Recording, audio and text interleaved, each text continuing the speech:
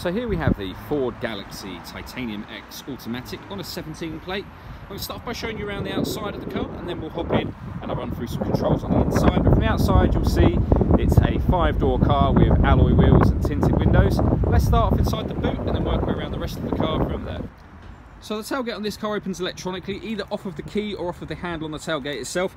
I have the key in my hand. It needs two quick pushes of the button and the tailgate will open, as you see. As we approach the back of the car, you'll notice there's reversing sensors. This car's also got reversing camera, which I'll show you when we're inside the car. Currently all 7 seats are in place, so this is the amount of boot space you'd get in that scenario. Let me show you what it's like when the 2 rear ones are folded down and it's a 5-seater. So there we go, that's with the 2 rear ones folded down. As you can see, you get loads of boot space. Those 3 middle ones would also fold should you wish to, giving you even more space beyond this. So we're just going to work our way back round to the front of the car now, and then I'll hop in and run through a few controls on the inside. But now that we've done a full circle of the car, you can see that it's in lovely condition the whole way round. Looks really good in magnetic grey as well. Just briefly before I climb in, I think it's well worth seeing the interior from this exterior point of view. You can see there are full leather seats. The driver's seat is also completely electrically adjustable as well. There's plenty of other bits to run through in this car, so let's hop in and we'll do that now. Okay, so we're going to start with the dials. On the left hand side we've got the rev counter, and on the right hand side the speedometer and fuel gauge. In the middle at the bottom you'll see it will show you what gear we're in, so it's highlighting P for park at the moment. And directly above that are the total miles on this car, which are 11,194. You've got 2 separate pieces of trip computer information you can change. So you can see me scrolling through menus on the left hand side here. This is done using buttons on the left hand side of the steering wheel. And then in the centre of that area that we're looking in at the moment, there's a separate menu for navigation, entertainment, your phone for example.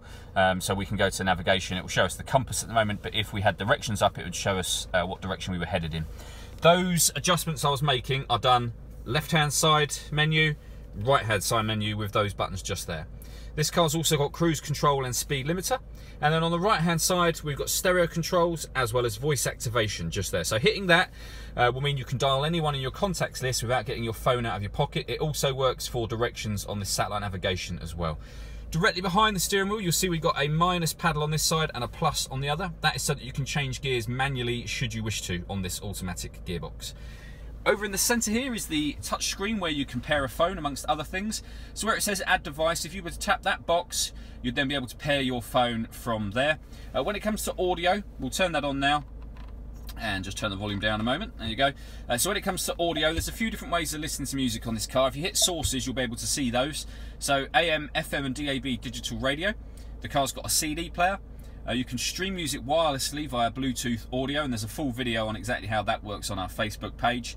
And beyond that, there's a couple of USB inputs as well, so if you connect up a USB device with some music on it, those boxes will also appear here for you as well. If we go back a couple of pages, this car has satellite navigation.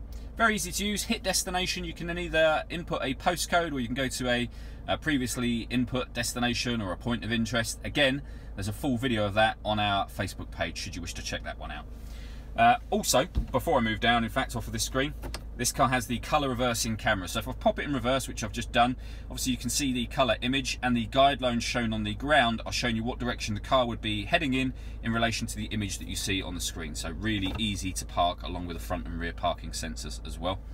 Working our way down, we've got the CD player and volume for the stereo.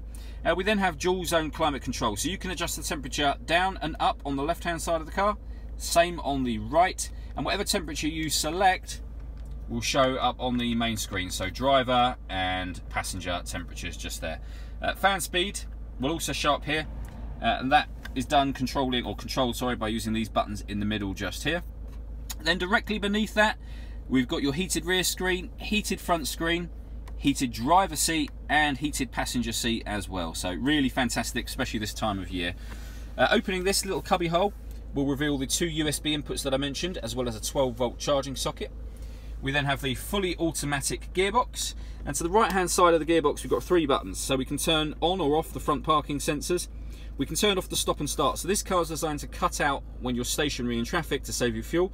You can turn that system off, as I've just done by pushing that button.